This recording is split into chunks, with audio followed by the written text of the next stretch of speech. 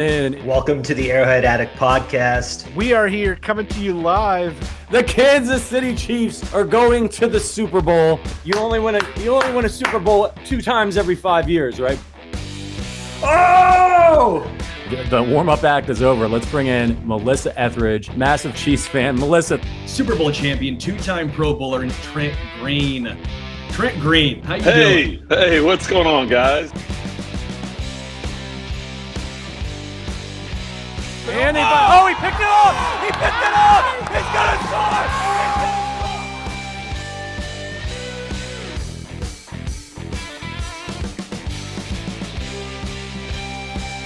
And we'll see you next week, but until then, as always, go Chiefs.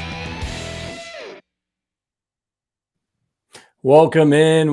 It's the Arrowhead Addict Chiefs post-game show. It is a victory party, so if you've got something to drink, raise them up. Take a swig. The Kansas City Chiefs are victorious, and they're 3-1 with a 23-20 win, an ugly win, but a win over the New York Jets. And speaking of New Yorkers, joining me for the post-game show this week is our good pal from Sports Illustrated, Matt Verderam. Verderam, how many? What was a curse word count over your way tonight? It was high.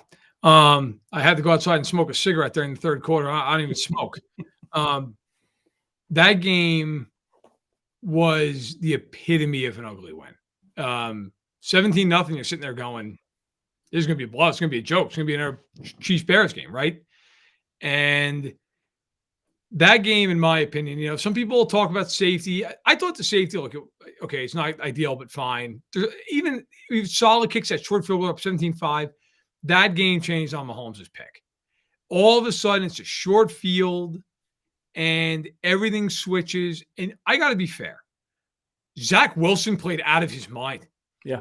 Some of that was bad defense and not getting home. Some of that was just unbelievable throws. He, in the third quarter, that first drive, he had 2 back shoulder throws that looked like Joe Burrow would throw him or Josh Allen throw him or Mahomes. Couldn't defend him.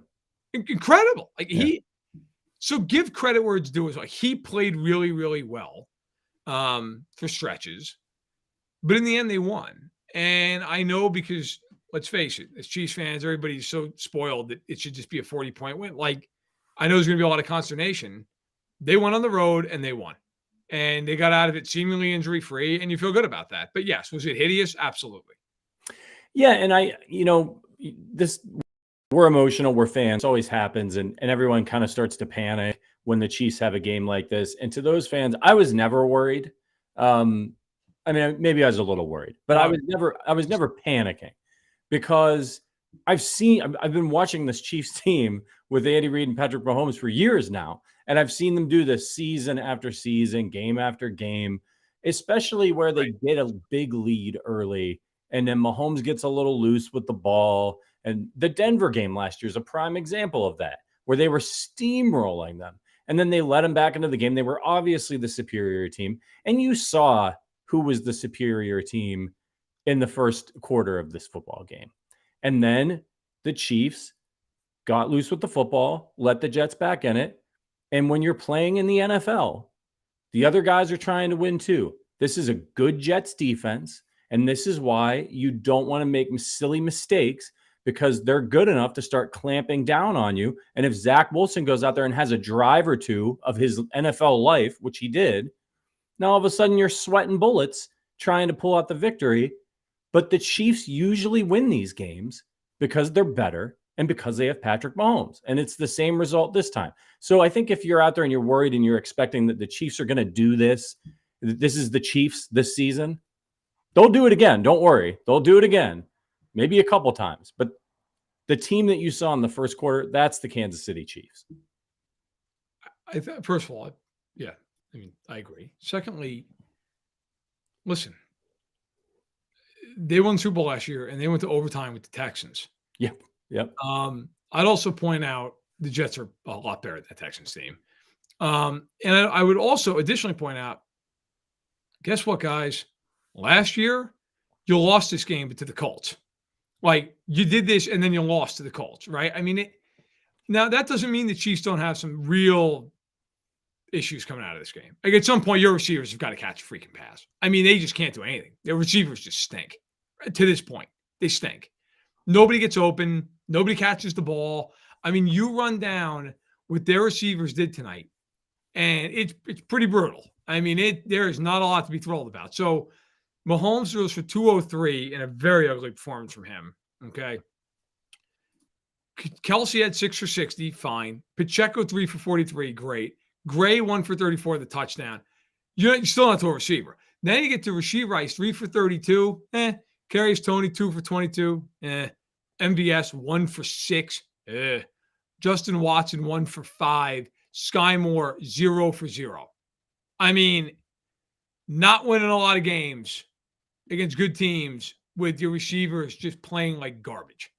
And that is my, like, if there's any concern coming out, that's my concern. I'm not, like, I know some people are going to freak about the defense. They ended up giving up 20 points, and they were put in awful situations multiple times. In fact, really, they gave up 18 points, and they were in bad situations. Zach Wilson, part of it on the Chiefs, part of it was just, hey, look, man, the guy played great. Like, you just got to hand it to him. It was one of those freak things he just played out of his mind. I'm not worried about their defense. You know, I know there's going to be a lot of, like, well, they didn't get enough pressure. They only sacked Wilson twice. They hit him 10 times. I mean, they could have easily had 4 or 5 sacks in the game. I think they'll be okay there. The receivers, to me, that is the growing, looming issue with this team. At some point, it cannot just be, hey, Trav, hope you get open, man, because otherwise, I don't know, maybe somebody gets free, maybe nobody does, and Pat's just got to run for 50 yards every game. I mean, that is a growing problem for this team. Yeah, certainly something they have to look out for. Before we get into the specifics, I got to let you guys know really quickly. DraftKings has upped their sign up for the kickoff of football season. So new users can place a $5 bet instantly and claim a $200 in bonus bets, up to $150 back in bonus bets if your team loses. All you have to do is sign up with our code Arrowhead. Using our code Arrowhead not only gets you these great bonuses, but it also directly supports the podcast. If you've been considering signing up for DraftKings, make sure to use our code Arrowhead to maximize your first bet. This offer is available for new customers who are 21 and older and physically present in a legal gambling state. Please remember to always gamble responsibly. Check the episode description for full terms of the offer to see if you qualify. I'll say this about the receivers. I am a little concerned. However, I think the game flow in this one threw everything off its axis. And we've got a pretty small sample size here. Once Mahomes started throwing those picks, I think he clammed up a little bit. He started to play a little more conservative. He didn't want to make a mistake. The Jets got a little juice. They started running some stunts and getting some pressure. I want to go back and look at the all 22 and see if guys were getting open and Mahomes was just missing them. But they looked like they were on their way to a big offensive performance. And I think it would have come for the receivers in this one. But this Jets secondary, like, that's what they want you to do. They want you to throw on them because that's the strength of their football team. I'm at, like, my panic level on the receivers is at like a 4. Like, I'm concerned, but I think they're going to be okay. And we saw a little flash, like, I want to see the snap count. Get Rashee Rice in the game. Get him in the game. Get that quick passing game going with him. I think that'll open things up for everybody else. But I want to ask you, Verderam, the one receiver I am concerned about is Sky Moore, because he's just not consistently showing up. Whereas a guy like Rice comes and makes plays, seems like every week. How worried are you about Sky Moore? Significantly. I thought after the first game that I covered at Arrowhead, I just kind of said to myself, I just don't see it. I just don't. And look, if you take away one, and you can't take it away, to be fair to Sky Moore, you can't do this. It's not necessarily right, but, like, he had one 54-yard catch in Jacksonville on a busted play where he's wide open. Like, if you take that out, he has 68 yards in 4 games. I mean, at some point, like, he's not good. Like, he's just not good. He doesn't get open. He doesn't make plays. He's had 2 games this year, the Lions and the Jets, where he's combined for 5 targets and 0 catches. I mean, at some point, like, do something. Make a play. Do anything. And, another play in this game where they would have probably converted a first down, but he doesn't run the route the way he should, and he flattens it out at the top, and he's supposed to kind of dig and come back, and Mahomes throws a ball that, if he does dig and come back, probably is caught or should be caught, and instead it's low and away from him.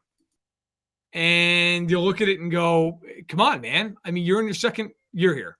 Like this is game, including the playoffs now. This is what, game 24 for you? Run the route right, catch the ball.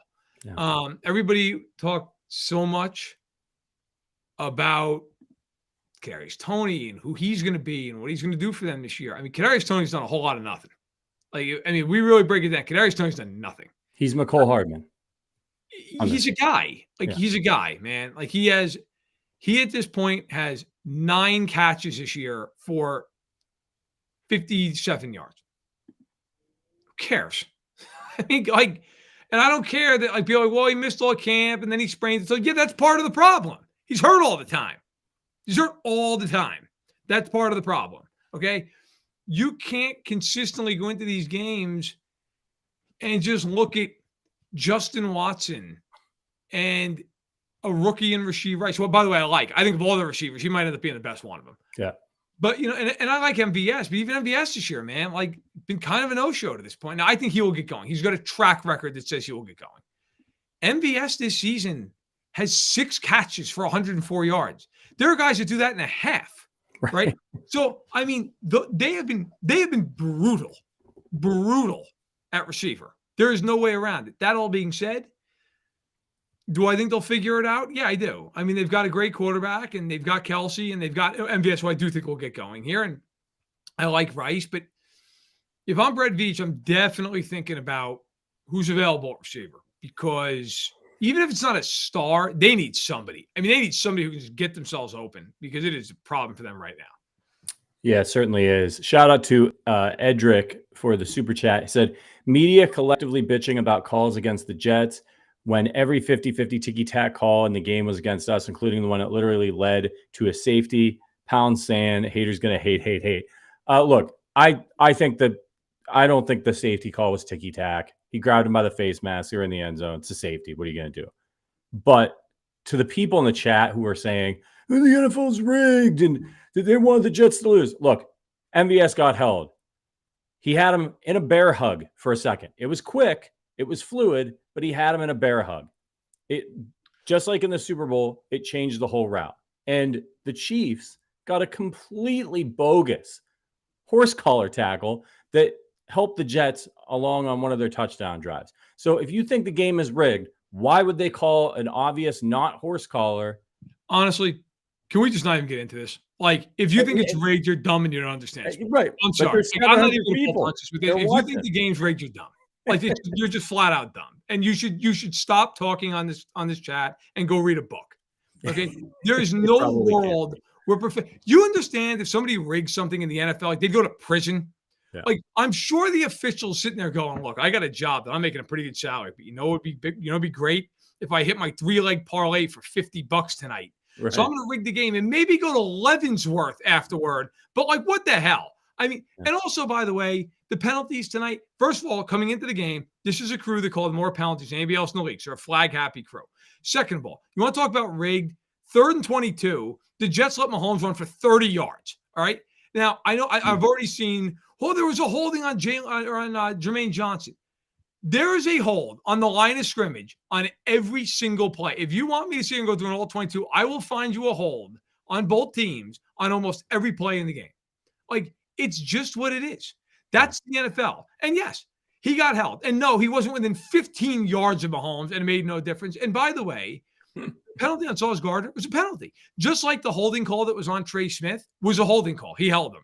Just like the Juwan Taylor calls were good calls. And by the way, while Juwan Taylor did hold the face mask, it should have been a safety because it was at 2-yard line. But it's what it is. It was close. It was fluid. You make a call. It looked like in real time he was in the end zone. I don't have a problem with that. The bottom line is the officials are mostly going to make good calls. Occasionally they're going to screw it up.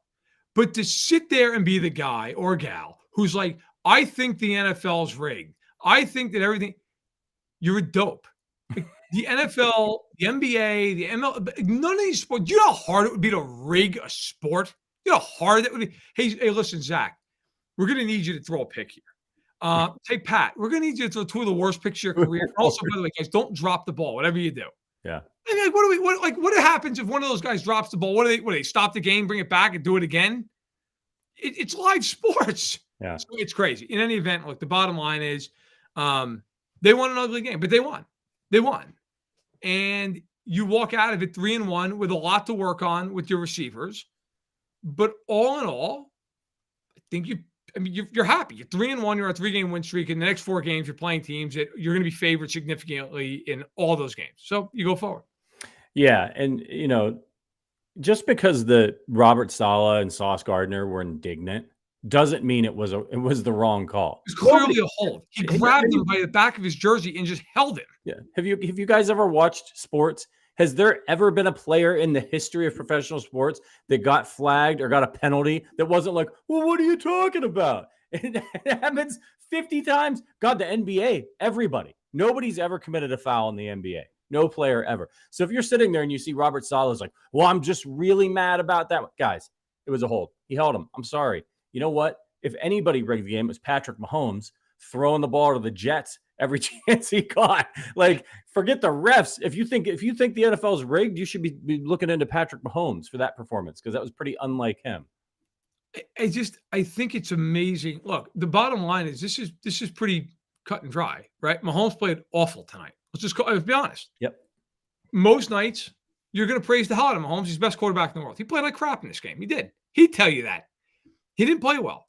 The first pick, he had Gray over the top. Should have completed it. Honestly, for him, it was an easy throw. For him, it's an easy throw. Not for everybody. For him, it's an easy throw. The second throw, he just never should have made. That's a ball that should be 10 rows deep in the stands. All right.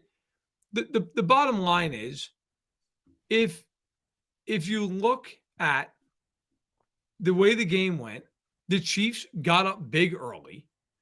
They kind of fell off, and then they really fell off, and Mahomes throws that pick. And they get up 20-12, though, at half. And then the second half of the game, the Jets came out and drove really well, and they tied it. And that was really, I think, more a function, frankly, of Wilson playing well than it was anything else. I mean, he had 2 back shoulders. The touchdown throw was a great throw. They had immediate pressure. Give the Chiefs defense credit, though, after that drive. As bad as it was to that point, once the game was tied 20-20, okay, the Jets went 3 plays, 4 yards, punt. 4 plays, did gain 42 yards, but had to punt. And then fumbled. And the Chiefs, to their credit, as bad as they were offensively, the last 2 times they had the ball, last 2 offensive drives, 14 plays, 80 yards, 723. 15 plays, 45 yards, 724 off the clock.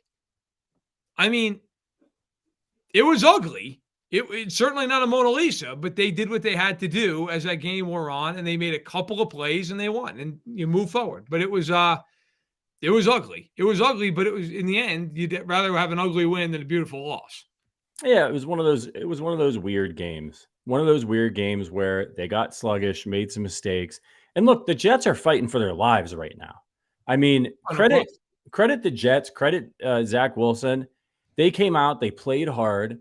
They weren't afraid to throw the football in this game, which they had been. They'd been very cautious having Zach Wilson throw the ball, and for good reason, earlier in the game. And this one, they came out and said, hey, man, let's let it fly. I think it caught the Chiefs a little bit off guard. But to be perfectly honest with you, I thought the defense played really well in this game. I thought they did a really nice job, particularly in the second half. Some of those plays, some of those big plays that the Jets made, there was nothing the Chiefs could do. They were in perfect position. It was a good throw, back shoulder. Credit the Jets. Sometimes the other teams are going to make plays, but I think the Chiefs did a great job of getting pressure. They didn't finish a lot, but they got a lot of pressure. They were harassing him all night. They were getting pressure quickly. I still think this is the same defense that we were excited about, that we were talking about last week, as potentially a top 10, top 5 defense. But you've got to understand that in the NFL, you're not going to shut every NFL team down every single week. I don't care how good you are. You're going to give up points. You're going to give up plays. And in this game, the Chiefs gave up 20 points. If the Chiefs give up 20 points, they're going to win every game. It's true. For the most part, it's true. And somebody noted that my dad just like crawled out of here on it. Yeah, he did, because he was sitting behind me. He's out visiting me for like a month. And he likes to listen to the show, but he doesn't like to be in the picture because he feels like he's being a distraction. And then the man crawled out like he's in the army. So good. Also battling an illness and did that. So kudos. That's why he's the man.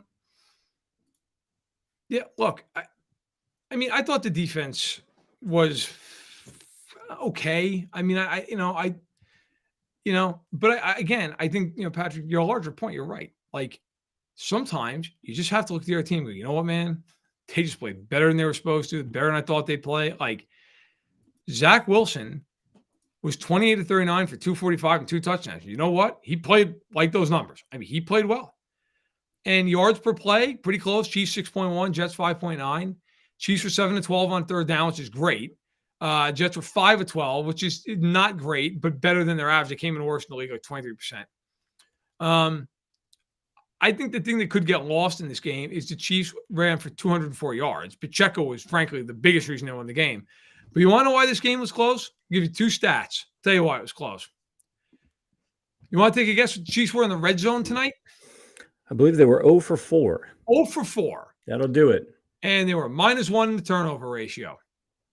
That's it, man. That's why the game's close. If they even went 2 for 4 in the red zone, game's a blowout. Game's a blowout. Game's done. Now, granted, I know one of the 4 trips was Mahomes sliding down at the 1-yard line. Okay, I get it. He could have scored. But they were brutal in the red zone. And they came in as one of the best teams in the league. I think they were tied 5th. So, hey, it was ugly, man. But on a night where they went 0 for 4 in the red zone and had 2 ugly picks, and defensively let Zach Wilson have the game of his life, some on them, some Wilson give him credit, they won. I mean, I think sometimes we get so married to this whole notion that you can just walk in. Everybody saw you do an army crawl out, so you're fine. There's this whole notion that every win's got to be a Mona Lisa, and they're not. They're not. Last year, the Chiefs beat the Raiders in that wild game where Carl Cheffers almost started crying at Arrowhead. Yeah. It was ugly. They won. They beat the Texans in overtime. Both Denver games were games that you walked away from going, oh, geez, like, thank God that's over. But they won. They won the games, and then they ended up winning the Super Bowl. Like, right now, no one's going to think on Christmas Day about this game other than to go, oh, they won that game. Right? I mean, that's it. No one's going to look back and go, man, I'll tell you what, I know they won, but geez, 0 for 4 in the red zone that day. I mean, You won. It's got to get better, but it will get better. They have a long history of getting better. They won the game, and that is the most important thing, no question. It's just like the Houston Texans game last year. Ugly when it happened. Nobody thinks about it. It was a speed bump on the way to another Super Bowl championship for the Chiefs. Correct. And we may look back at this game the same way. And a couple more super chats I want to get to. Shout out to our guy Bumpa. At some point, maybe the Chiefs wide receivers might not be good. And then shout out to Rhett. Is our inability to identify and develop wide receiver talent starting to catch up to us? Several wide receivers that go after our wide receivers are picked are significantly better. That's a fair point. I don't know if it's starting to catch up to the Chiefs, but I think this season is the litmus test because you've got 2 second-round picks at wide receiver and some other homegrown talent, Justin Ross. If someone doesn't emerge from this group, you've got a problem at the wide receiver position, and you need to, talk to your scouts, figure something out, make a trade for a guy you know is good already. But I think if things don't change, I would agree that that's the case. You, Verderam? Yeah. I mean, look, I think at some point here, you've got to get realistic with what you're looking at. And right now, again, I like Rashee Rice. I think Rashee Rice is going to be a good player for them. They have no juice at receiver. I mean, none. None of them get off. And I don't want to hear about Kadarius Toney either, because call me the next time Kadarius Toney is a big game. I mean, at some point, like, do something. Okay, it's like that meme, right? You're poking them with this. Like, do something. Get off for a 40-yard play. And I've seen people like Mike Evans. Well, Mike Evans is on a 3-1 football team. I don't think they're just going to start, selling off pieces. Okay, If you're the Chiefs, there's not a lot of teams out there that are so bad that you're like, okay, that team. I mean, if you're the Chiefs, do you call the Bears about Darnell Mooney? I don't love Darnell Mooney, but he's better than Sky Moore is. I'm going to tell you. Like, they're a team, the Panthers, Thielen's on a 3-year deal. I don't think they're going to be able to pry him away and because of financial reasons. And I think Thielen is kind of past his expiration date at this point anyway. But yeah, I mean, at some point you start looking at it and going, I don't know. I mean, do you do something? Do you make a call here to some of these teams? Do you take a big swing? Do you call I didn't know who you'd call because most teams aren't out of it after 4 weeks. Do you call the Cardinals about Rondell Moore? I mean, he hasn't done much either, though. Like, it's not, you're not talking great net guys here. You're not talking big names. So, Hollywood Brown. Yeah, I mean, it's at this point, man, something. Yeah, I mean, and I'm not saying you have to do it, but I'm just saying, like, they either got to get better at receiver or they got to get somebody else at receiver because it's hideous. I mean, it's just bad football. For 3 of these 4 weeks, they have been awful at receiver, and it's going to show up more and more if they don't get better as they start playing better teams. They've given up some points, I think, in part because the offense has been so inept. But do you think that this is the best defense the Chiefs have played this year so far? Oh, yeah. Yes, absolutely. Yeah. Because the Bears defense is hideous. And Jacksonville's defense is not great by any stretch. I know they played well today, but that's more of a Desmond Ridder effect, I think, than anything else. Detroit is a decent defense. But yes, the Jets have a very good defense. The Jets are a top 5 defense in the league. So yes, absolutely. And to the point of the receivers, the Jets have a great cornerback and a very, very good one in DJ Reed. So, look, I think it needs to be said too. And actually, and Burnett Music just said this, and it's a great point. And I was just going to say this. They're 3-1 right now. And other than the Bears game, they've kind of played like crap. And they're 3-1. And I know, like, people look at it and go, well, okay. The Bengals are playing like crap. They're 1-3. Right? I mean, right. Look around the NFL. Here, I'll reframe. Look at the AFC. The Bills lost to this Jets team and has since been dominant. They're 3-1. Fine. The Dolphins scored 70 points last week, then got beat by 28 points in the most important game of the season to date. They're 3-1. Baltimore lost to the Colts. They've beaten Dorian Thompson-Robinson. They have beaten the Texans. And who's your team? Oh, and they beat the Bengals, who have been absolutely hideous. Yep. They're 3-1. And guess what? Nobody's apologizing. The Dolphins are probably, of all the 3-1 teams, they're probably the most annoyed because they lost a big divisional game, right? The Ravens don't care that they've beaten 3 teams. Who cares? They're 3-1. Like, the Chiefs are 3-1. And on the flip side, you got these people like, Denver was close in some of those games. Who cares? They're 1-3. What does it matter? I mean, you look at the Bengals, they're 1-3. You look at Pittsburgh, they're 2-2 now. Pickett's hurt. You look at Cleveland, the defenses look great. They're 2-2.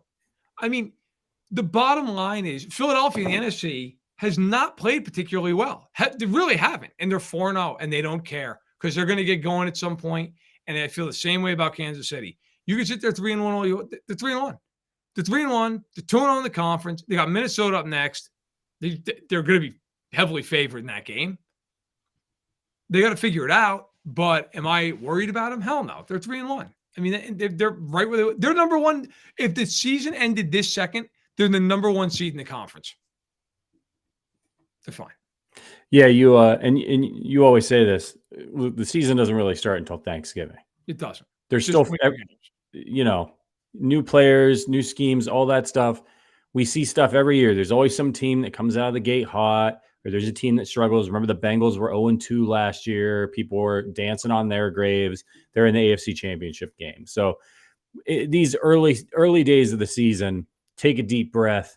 This is an ongoing, living, breathing thing. These teams are still developing. A couple more super chats to get to.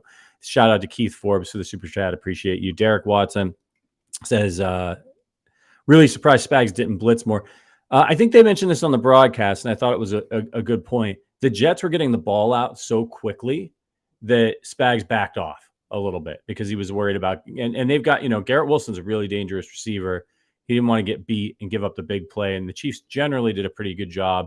And look, at the end of the day, honest to God, the fact that they gave up 20 points, that's all they gave up, when two of those points was on a safety. Mahomes threw 2 terrible picks, and they went 0-4 in the red zone on the road against a really good defense. I'm okay with it. Eric Edrick says, flowers for homeboy Pacheco. Yeah, let's talk about Pacheco for a second. Do you think this was his best game as a Chief? I have to think about all the other games, but it's got to be right. I mean, Okay, right. he was unbelievable. They couldn't do anything for huge chunks of the game, and the guy totals 158 yards all told, then 20 carries, 115 on the ground, a touch, and 3 catches, 43 yards. He was their best player in this game tonight, point blank. I don't know how you can even argue that he was the best player in the game. Pacheco was absolutely fantastic in a homecoming for him. Good on him. Listen, sometimes you got to win in ways you don't expect to, and they did that. They ran for over 200 yards. Just because it wasn't an air show doesn't mean that wasn't pretty. That part of the game was very pretty. They did a nice job, and they ran block. They did a nice job in the run blocking. They were very, very good all night long there. So I will say this. I can't take watching. I feel bad saying this. It's not a personal thing. I swear it's not. I can't watch Clyde Edwards-Helaire run the ball anymore. I just can't do it. It's after watching Pacheco, it's like he runs in cement. Yeah, I was thinking the same thing. And it's not, look, man, it's not an effort thing. I'm not criticizing. Like, I know the guy's giving them everything they've got. And look, if they put the ball in his hands, and fine, he's doing all he can. I'm not saying he's not. But it's enough, man. It is enough. Like, put the ball in Pacheco's hands, put it in McKinnon's hands 5 times a game, call it a day. It's just, there were a couple times that you watched it and went, man, if that ball's in Pacheco's hands, it's a big run. And with Clyde, to run of 3 yards. And it's not on him. I don't blame him. I blame the offensive play call. Just stop. It's enough. It's enough. It's enough. It's enough. Put him in mothballs and call it a day. Yeah, I'm with you, man. I'm starting to think I was fine with them keeping Clyde on the roster. He's under contract, all those things, but they might want to consider bringing up P. Ryan if they need somebody. If they're trying to keep McKinnon fresh and they're looking for somebody to spell Pacheco. He looked really good. He showed some versatility. It might be worth a look at some point halfway through the season because you know that Clyde Edwards-Helaire is not going to be back. So, why not, if you can make the roster room, why not get a look at P. Ryan in some live game action, a handoff here, a handoff there, and see how he does, because he might be your guy. He might be your backup moving forward. Shout out to the super chat from Siam. Appreciate you. And then Old Stirs Overland says, why did Salah say to get flagged at the end of the game? What did he say to get flagged at the end of the game? Wrong answers only. Hey, look, this is a family show. It's not, but we're gonna try to keep our advertisers happy and not go too off the reservation here with this. And then Odella says, I'm trading a first and a fourth for Brandon Ayuk. Well, that's a great idea, but the 49ers ain't doing it.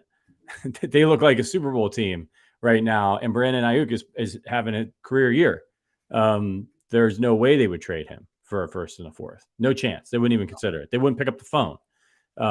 So, yeah, it sounds nice. Maybe you can make it work on Madden, but not in real life. I don't think that one's going to happen. What are your thoughts on Noah Gray, Verderam? He's kind of, I hesitate to say a breakout because obviously he's a second fiddle guy here, but he's kind of having maybe his nicest season so far for the Chiefs. Stepped in nicely for Kelsey in that first game, makes a really big catch and run. Do you think we'll start seeing him a little bit more of him as they try to keep Kelsey fresh? Yeah, I do. And he's played well.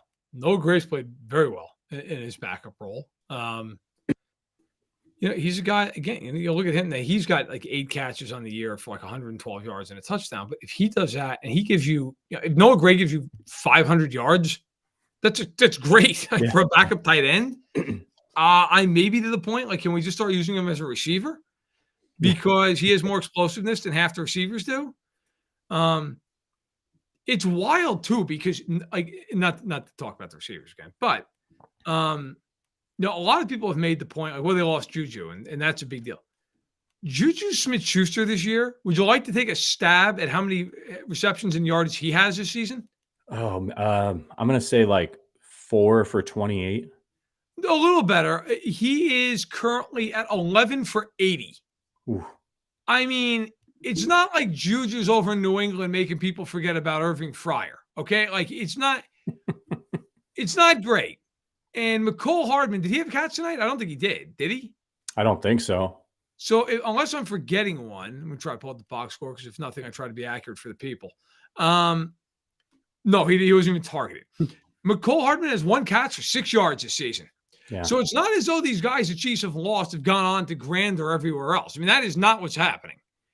I think it's a little bit of just, look, they got to figure it out. They got to get on the right page. And let's also call it what it is, too. The first game, they dropped 1 million passes. They actually got open in that game. They just couldn't catch anything. But, man, it's also good to have perspective. And the perspective, in my eyes, is this. They have a lot to clean up with the receivers. I don't know that they have, on the whole, a lot to clean up elsewhere. And before people jump down my throat, like, just hear me on this. Mahomes threw 2 bad picks today. But, like, you're not cleaning up Patrick Mahomes. He had a bad game. He really had a bad quarter, right? Like, it was ugly. The Jets got him. Okay. But you're not, like, worried about Patrick Mahomes, right? You're not moving forward going, oh, my God, what are we going to do about him? Like, if that's your biggest problem, you're in pretty good shape. They're running the ball really well. Really well. Like, the Chiefs are running the ball better than they have in years. The offensive line tonight, I thought at times struggled in giving up pressure, but I also thought, the first 4 games total, they've been very good. Like, they've mostly given him a lot of time. Kelsey has been fine the last couple of games. Obviously, he was hurt the first one, slow start, fine. I'm not worried about Travis Kelsey.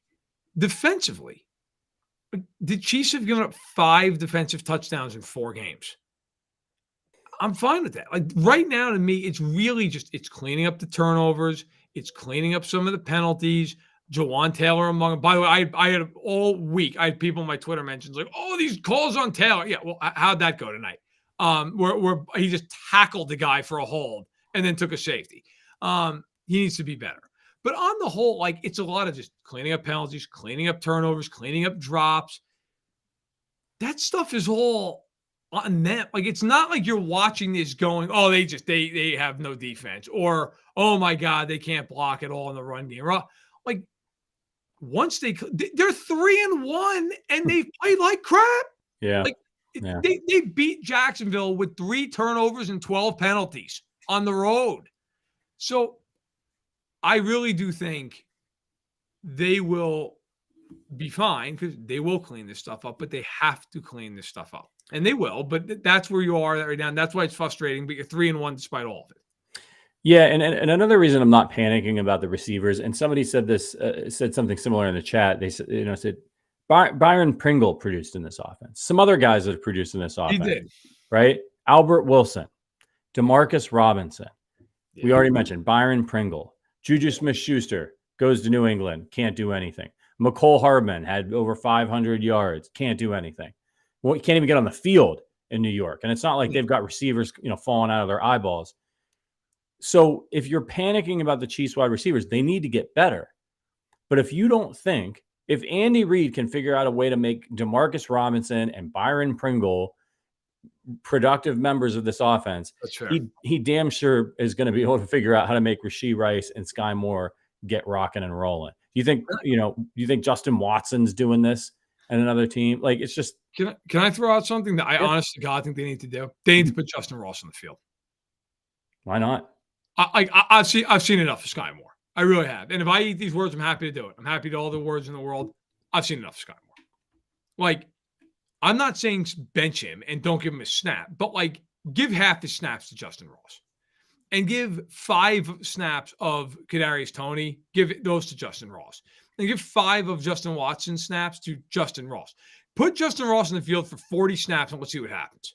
Because I got to tell you, that kid has major ability. Now, I'm not saying he's not raw. I'm not saying that he's going to go out there and be, an all-pro, but, like, I want to see that kid because I watched a kid in the preseason who just flat out dominated people in a way that you're like, all right, that's pretty interesting. And it's not just the preseason. I watched him in Clemson destroy people. So put him and Rice on the field. Like, give me those 2 and MVS, and let's see what happens, man. Give me 3 big body dudes who can run. And then, yeah, sure. I'm not saying to bench her, but, like, rotating Justin Watson and rotating Kadarius Toney. I'm not saying, like, just go scorched earth here. But, man, put Justin Ross on the field and let that dude cook. I don't need to see any more of Sky Moore trying to get open 15 yards down. I just don't need to see it anymore. I'm good. I'm all set. I'm done. He's had 2 games where he hasn't caught a pass. And he's a starting NFL receiver with Patrick Mahomes. You know how hard that is? Yeah.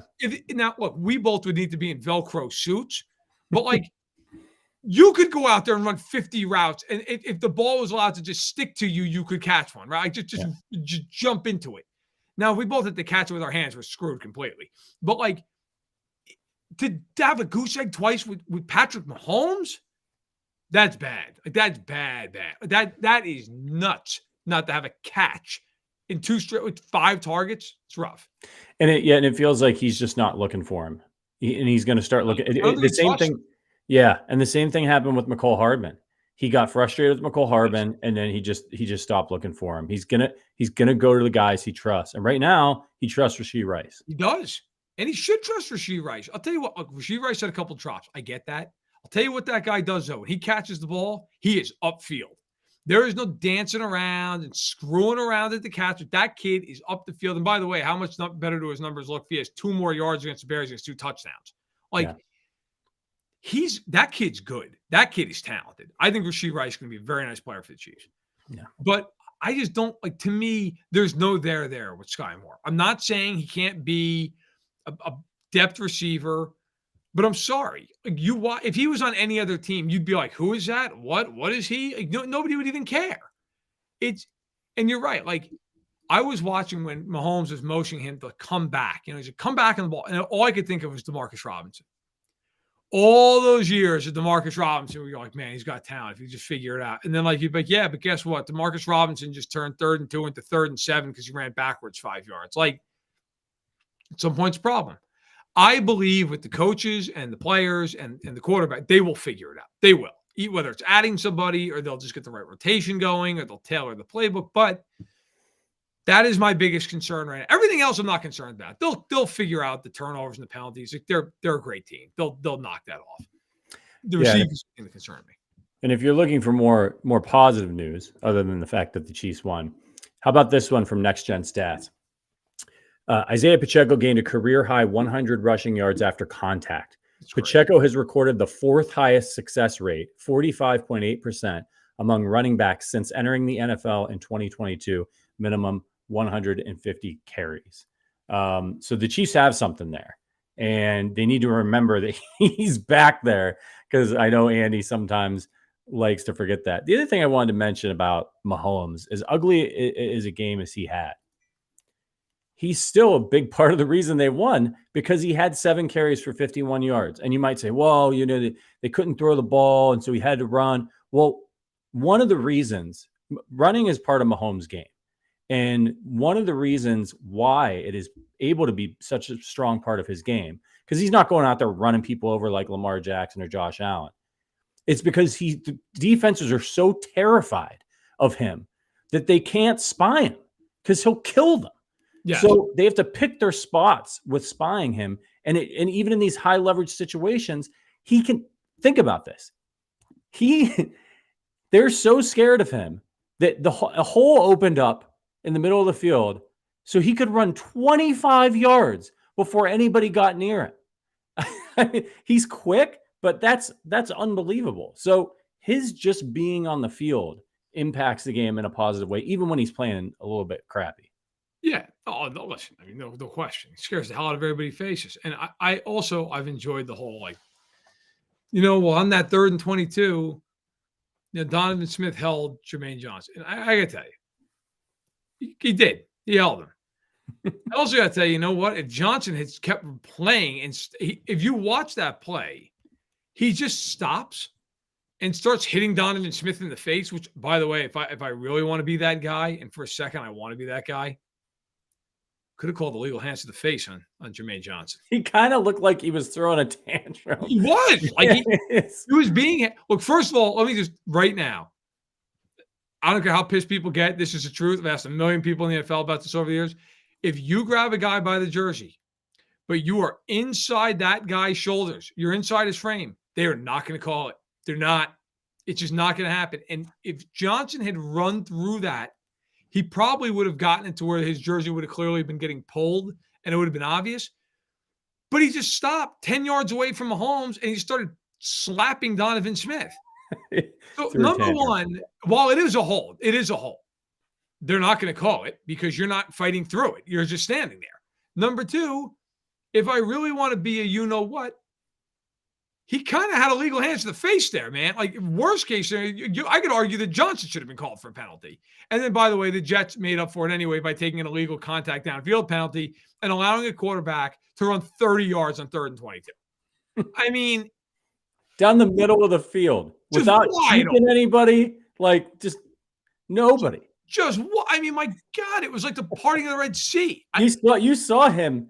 Like, he's backing away and he's getting ready to roll to his right. And then he stopped and he was like, oh, like he just opened up. It was amazing. And it's so 2023 of like American society. Just complain about it. Oh, look at this play. Bro, he ran 30 yards on 3rd and 22. I don't care if Jermaine Johnson's being held. Man, get off a block, do something. And maybe, for the love of God, if you're the Jets, don't just give up the middle of the field like it's an Autobahn.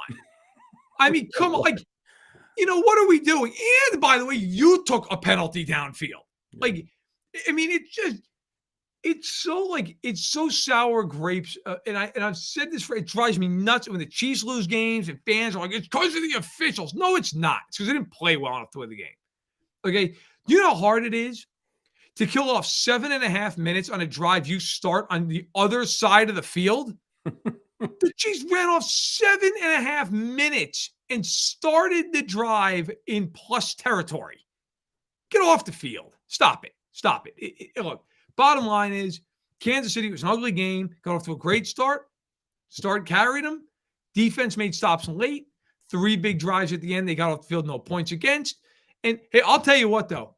The play of the game we have not talked about. The play of the game was Brian Cook on that Breece run, the Breece Hall run. Oh yeah, he was. That was the play of the game. If Cook doesn't tackle him, he is gone. Yeah. And I don't know that the Chiefs come back with the way that game was going. Yeah. That was a phenomenal tackle. And the Chiefs ended up holding right there. And then down the field, they get a field goal. That play will get lost to time because it's one play in a million. That, to me, was the biggest play of the game tonight, was Brian Cook making a phenomenal tackle on a very good running back in open space. Yeah, the Chiefs defense had good effort all night. Even on I can't remember who it was that made the tackle on the horse collar. That was an effort play. Nani. Yeah, Turk Wharton fighting through that block to get that fumble. These guys were playing hard all night long. A couple more super chats. Simon says, Matt, you were spot on about Ross. And then Rhett says, and appreciate you guys for the super chats. You're the best. Jawan Taylor is borderline unplayable. We could have kept Wiley for 8 APY, maybe lower ceiling, but he was dependable with less penalties. Look, I've been hard on Jawan Taylor. He's got to stop the penalties. He has. He does. He's up to 10 now. Yeah, he does. And some of them with this crazy legal formation thing, but he's been getting holding calls. He's a way better pass blocker than Andrew Wiley. He has been successful this year pass blocking for the Chiefs. The safety, the guy got off the Jets rusher got off the line and he just got an extra step on him. And there wasn't a whole lot he could do at that point. But in general, I think he's been quite good. If you're a Chiefs fan, you want him to figure it out. I mean, just 2 weeks ago, I was like, we got to think about benching him, and Verderam talked me off the ledge. You want him to work out because he's talented. He's still really young. He's just going through some growing pains right now. There's an adjustment playing with Patrick Mahomes, by the way, particularly for right tackles, because guess which way he runs when they're engaged with the guy and they don't know what's going on back there. So they've got to learn, and it's going to take Jawan Taylor some time, but hopefully not too long. Yeah, and again, look, he does. We talked about this, if I could speak. We talked about this, and I talked about this earlier. Yeah, you got to stop taking penalties as a team. And Jawan Taylor is the number one offender. It has to stop. I got killed all week by every Chief fan of my mentions who was like, you keep saying it's not a conspiracy against Jawan Taylor, and it is a conspiracy. I'm like, no, man, it's not. He's taking penalties. Now, you could argue that other guys have been far off the line and should be getting called. And by the way, he did not get called for an illegal formation tonight. Okay. And if you noticed, he was up on the line. There were, I think, 2 times I saw that he probably could have been called, but he wasn't. Good job there by him. Now, how much of that is he's usually way off the line of scrimmage, and now he's on the line of scrimmage, and all of a sudden he's got to adjust. Now, I think he will just fine. He is a very good athlete at right tackle. But yeah, it's been a challenge for him. And the shame of it is he's done a really nice job when he's not taking penalties. Like he's, for the most part, I thought he struggled a little bit tonight. But I think on the whole, like he's done a good job when he's not taking penalties. But of course, that's a pretty massive caveat. Like he needs to play better. Ironically, going into the season, we were all like, man, Donovan Smith takes a lot of penalties. Hopefully he doesn't. Donovan Smith's been great. Now, man got away with a little bit of a ticky-tack hold there on Jermaine Johnson. It may or may not have been a hold. But listen, yeah, Juwan Taylor, you gotta stop taking penalties, man. It's gotta end because it's killing drives. Yeah, just gotta button it up, and that's where they're at. That's where the Chiefs are at right now as a football team. They've got some things that they've got to work on, that they've got to clean out. And as you've pointed out, they're 3-1, and they've got games coming up. Man, if you look at their schedule, look, Minnesota's dangerous because the Chiefs are going to need to be on their game on offense because Minnesota has a terrible defense, but they can put up points. So the Chiefs can't go out there and play like they did today on offense. But they got Minnesota, and then it's Denver, the Chargers, Denver. So we talked about how the Bears was like a get-right game for your offense. The Chiefs got things to figure out on offense. Boy, it could not line up any better when you got Minnesota, the Chargers, Minnesota, the Broncos, the Chargers, the Broncos again, and then the Dolphins, who are also horrendous defensively. Well, by the way, I appreciate the one guy. I'm not going to even try to pronounce it, but he's like, ticky tack. What the F? I'm like, yeah, bro, kidding. Yeah, he held him. Yeah, did. Also, legal hands to the face.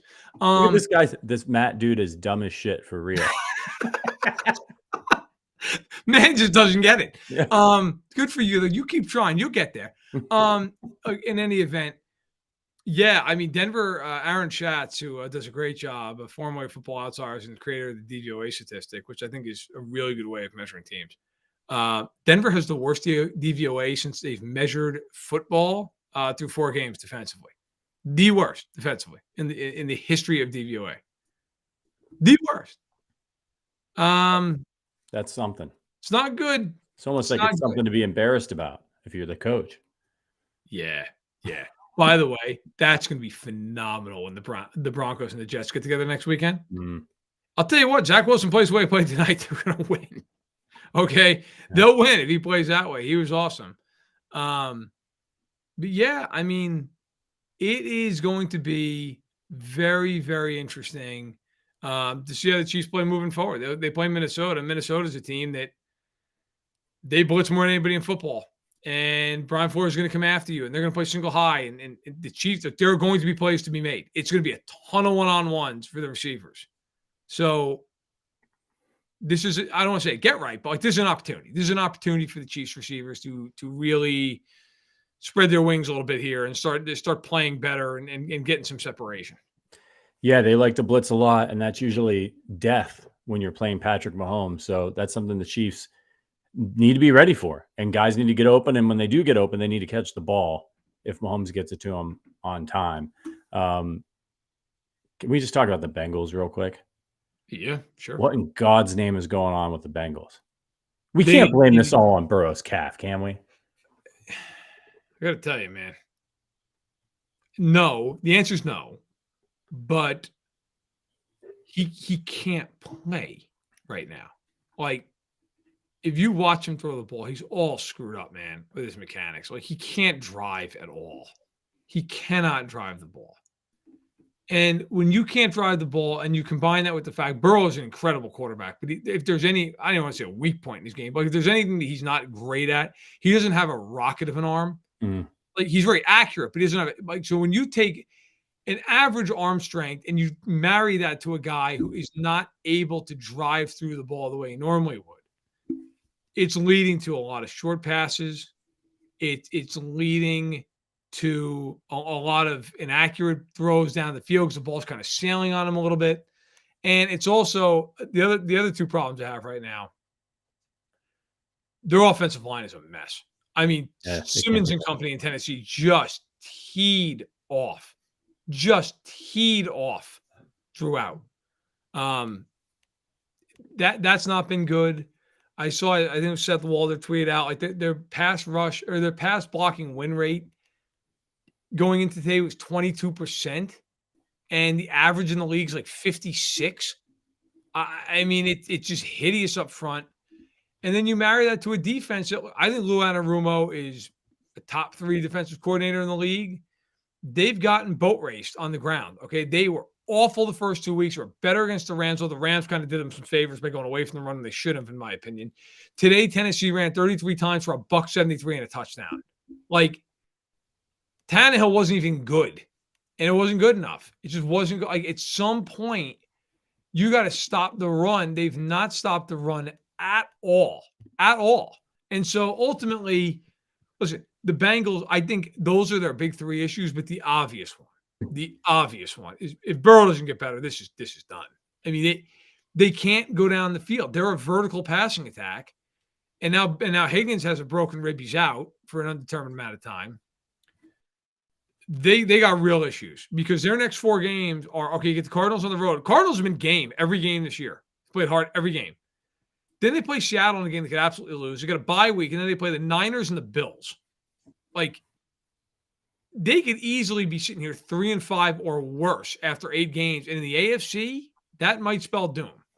Yeah. They've scored 49 points this year. That's 12 and a quarter points per game. Really bad. That's really bad. They might just need to get Burrow, sit him for a couple games, and then see if they can make a late run and snag. So many wild cards now that you can be around 500 and sneak into the playoffs. And that's, at this point, you might just be waving the white flag if you keep trotting them out there. I think too, listen, you're going to have to sit him if he can't play better than this for 2 reasons. One, he's not playing well, and he's not helping them win games. Okay. 2, he is actively becoming more and more of an injury risk here by the week. He can't move. He cannot move.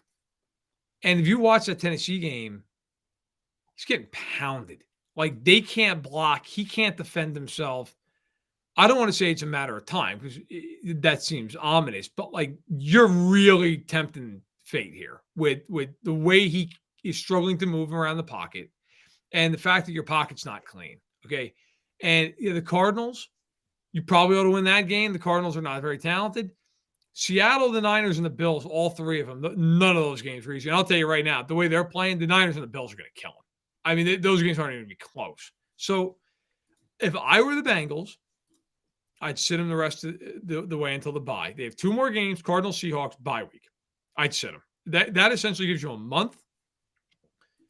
And if you split those games and you're 2-4, it's not great, man, but you still have a shot. If you're 2-4 going to the bye week with him playing like this and he doesn't get right, you're 2-6 after you play the Niners and the Bills. So they're in a rough way. They're in a really rough way. They are not playing good football at all right now on either side of the ball. Yeah. All right, we're coming up on the hour mark, so we're going to have to get out of here. Before we do, let's give away some hardware. It's time for earning their Arrowheads. Verderam, which Chiefs players get Arrowheads for you for their performance today? Oh, look, you start with the hometown kid here, so to speak. Isaiah Pacheco, who we mentioned at the top, he was brilliant tonight. Okay, 20 carries, $115 and a touchdown. He also had 3 catches, 43 yards. He gets one. I think of anybody else on the team, Chris Jones is quiet, but also oddly had a sack and 2 hits. So I think you have to give him one. I mean, he got the sack, okay. But I will give my other one out. Well, I'll give 2 out. Harrison Butker, he's not missed a kick yet this year. Excellent job by him. Big time tonight. Secondly, Brian Cook for that tackle. That play was the biggest play in the game. Awesome. Awesome tackle. And it certainly changed the direction of that game. Yeah, agreed 100%. I'm going to give one to Noah Gray. Stepped up, made a big catch for them for a touchdown, was obviously a key play in this game. And Turk Wharton for recovering that fumble. Yeah. That's the type of play that usually will get recovered by the offense. The quarterback's back there, but Turk Wharton got down, got low, got on that ball, and got the hell out of the pile before they could pry it out of his hands. So I was happy for him. He's out there working hard. And then Drew Tranquil for, again, stepping in, leading the team in tackles, wearing that green dot. He's been a really nice pickup for the Chiefs. Remember, they were without Nick Bolton in this game, which I think was maybe easy to overlook, but he's a huge part of what they like to do. So getting him back and getting him right, I'm glad that they're not forcing him out there right now because they're going to need him for the stretch run. Yeah. Listen, we talk about this all the time. All that matters right now, all that matters is your record and how healthy you are. And if you're the Chiefs, you're sitting here, you're 3-1, you're the number one seed in the AFC right now, the number one seed. And you have not played well, but a lot of it's self-inflicted. You're getting Charles Omenihu back here in a few weeks from suspension. You got 2 more games to go without him. You have won the last 2 games without Nick Bolton. You should be getting him back shortly, maybe this week. Jalen Watson didn't play tonight, getting him back. They have no long-term injuries at the moment. And, you look around the league, and Baltimore is beat up to all hell. And some major long-term injuries there. Buffalo, and I want to make a note of this real quick. I felt so bad today for Tre'Davious White, man. Yeah. Like, injuries are a part of the game, and covering the sport, like, I don't want to say you get numb to it, but you just kind of accept that. I felt so bad for that guy. He was so upset. He knew right away it was his Achilles. And to come back and fight so hard and be the player he is and the guy he is, I felt awful for him. Yeah, great player. Great player. Unfortunately, that's football and it happens. And I'm sure the Bills will, they'll pick themselves up and carry on, but it sucks, right? The Chiefs are in a very good position in the AFC. They do not have big injuries long term. They are 3-1. They have already played, I think, their toughest road game of the year. It's just at Jacksonville. It's already out of the way. So if you're the Chiefs, you're 3-1. Now you go to the next quarter of the season. You've got Minnesota, Denver, the Chargers, Denver. Let's call a spade a spade. They should win those games. They should win all 4. And then they may not. They may lose a game, whatever. But they should win those 4 games. And this offense should play very well over the next month. These are 3 horrendous defenses. Horrendous.